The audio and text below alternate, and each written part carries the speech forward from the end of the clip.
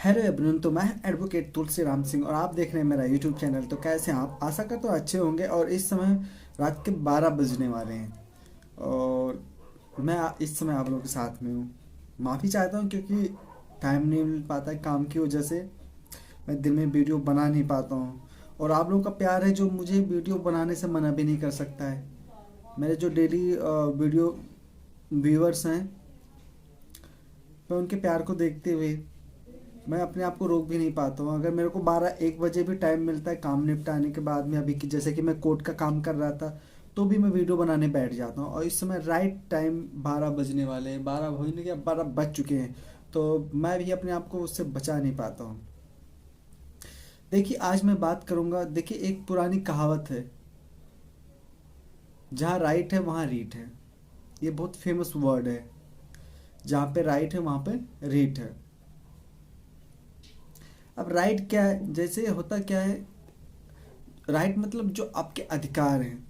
अगर कहीं पे अधिकार है तो वहाँ पे रीट है, क्योंकि उन अधिकारों को सुरक्षित रखने के लिए रीट शब्द बनाया गया है और उसके प्रावधान बनाए गए हैं।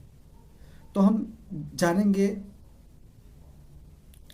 जो अपना टॉपिक है वो पश्चिम बंगाल राज्य का है, ठीक है, हाई कोर्ट का है, जिसमें संदीप विश्वास नाम का एक व्यक्ति होता है जो 2022 में, ठीक है, पश्चिम बंगाल हाई कोर्ट में एक पिटीशन डालता है।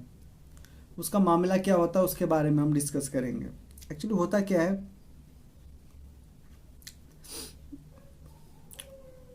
देखिए, जो हमारा संविधान जब बनाया गया तो खासतौर पर जो यहाँ के नागरिक थे उनको कुछ अधिकार दिए गए थे, कुछ राइट्स दिए गए थे भारतीय संविधान द्वारा हर, ठीक है। तो जो राइट्स दिए गए थे, तो ये प्रावधान बनाया गया था कि अगर इन जो भारतीय संविधान में राइट दिए गए हैं, ठीक है, अगर उन राइट का कोई वायलेशन करता है, कोई हनन करता है, तो उसको पावर दिए गए थे कि 200 अनुच्छेद 226 में के तहत वो हाई कोर्ट का दरवाज़ा खटखटा सकता है, हाई कोर्ट में जाकर अपने अधिकार की रक्षा के लिए गुहार लगा सकता है, और अनुच्छेद 32 के तहत सुप्रीम कोर्ट में जाकर गुहार लगा सकता है अपने अधिकार को सुरक्षित रखने के लिए। तो जो उसके अधिकार, जो राइट्स हैं, उसको सुरक्षित रखने के लिए, ठीक है, वो जैसे कि मैंने अभी बताया 226 अनुच्छेद 226 के तहत हाई कोर्ट और अनुच्छेद 32 के तहत सुप्रीम कोर्ट में जा सकता है। आज मैं बात कर रहा हूँ वो अनुच्छेद 226 यानी कि हाई कोर्ट से रिलेटेड उसके पावर। अब होता है इसमें क्या है कि जैसे 226 अनुच्छेद 226 के साथ साथ में 482 जो हाई कोर्ट को पावर देती है, जो CRPC 482 होती है, ठीक है, वो 482 और 226 होती है, जो हाई कोर्ट को मजबूती देती है उनको कार्य करने के लिए।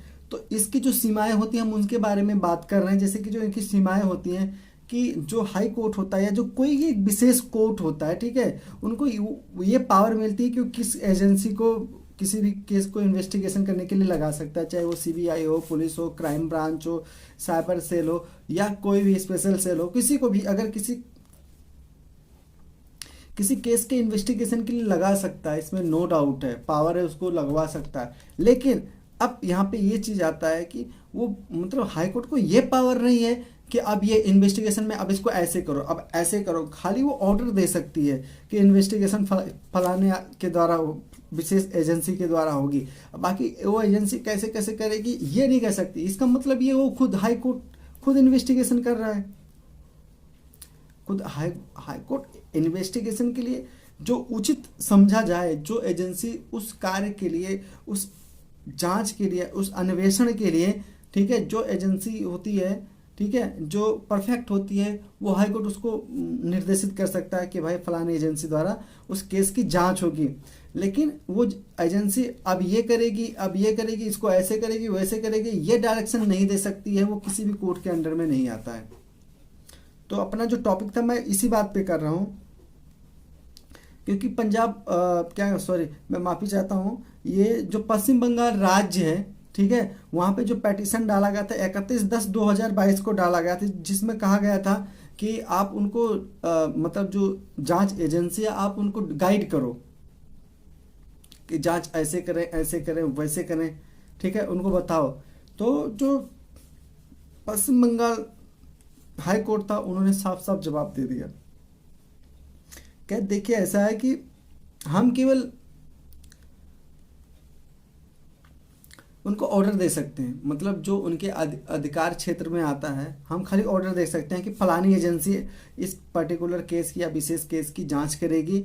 वो अपने हिसाब से करेगी, कैसे उसके हिसाब से परफेक्ट होगा वो खुद डिसाइड करेगी, ना कि हम डिसाइड करेंगे। इसका अगर ऐसा करते हैं तो इसका मतलब तो यही हुआ कि हाई कोर्ट मतलब खुद इन्वेस्टिगेशन कर रहा है, तो वो या कोई भी कोर्ट खुद इन्वेस्टिगेशन कर रहा है।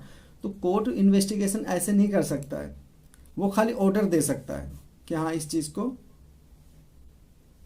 फलानी एजेंसी इन्वेस्टिगेशन करेगी या इसको इसको दोबारा इन्वेस्टिगेशन करेगी, बोल सकती है, ठीक है। लेकिन अब वो इन्वेस्टिगेशन कैसे करेगी, ठीक है, क्या मेथड होगा, वो सब उस एजेंसी के काम करने के तरीके पे डिपेंड करता है। तो ये चीज़ आप समझ गए होंगे। जो अनुच्छेद 226 और सीआरपीसी 482 है, वो यही पावर देती है, जो यही चीज़ को मजबूती देती है कि कोई भी हाई कोर्ट या ठीक या किस भी XYZ जो कोर्ट होते हैं, वो ये डिसाइड कर सकते हैं कौन सी एजेंसी के द्वारा इन्वेस्टिगेशन होना चाहिए, वो कैसे करेगी, वो डिसाइड करता है उस पर्टिकुलर विशेष एजेंसी के ऊपर कि वो कैसे करेगी। ना कि क्या कहते हैं, उसमें कोई कोर्ट ये डायरेक्शन नहीं कर सकता अब ये कीजिए, अब ये कीजिए, अब ऐसे कीजिए, अब वैसे कीजिए। इसका मतलब तो ये होगा कि फलाना कोर्ट इन्वेस्टिगेशन कर रहा है। तो ये चीज़ आप समझ गए होंगे। एक्चुअली मैं यही समझाने की कोशिश कर रहा था कि जो एजेंसियां होती हैं वो अपने हिसाब से करेंगी, और जो ये केस डाला गया था इसको वहीं पे क्या कहते हैं रिजेक्ट कर दिया गया। और तो आशा करता हूँ आप लोग समझ गए होंगे, और मैं फिर मिलूँगा एक नई वीडियो के साथ। तब तक के लिए जय हिंद।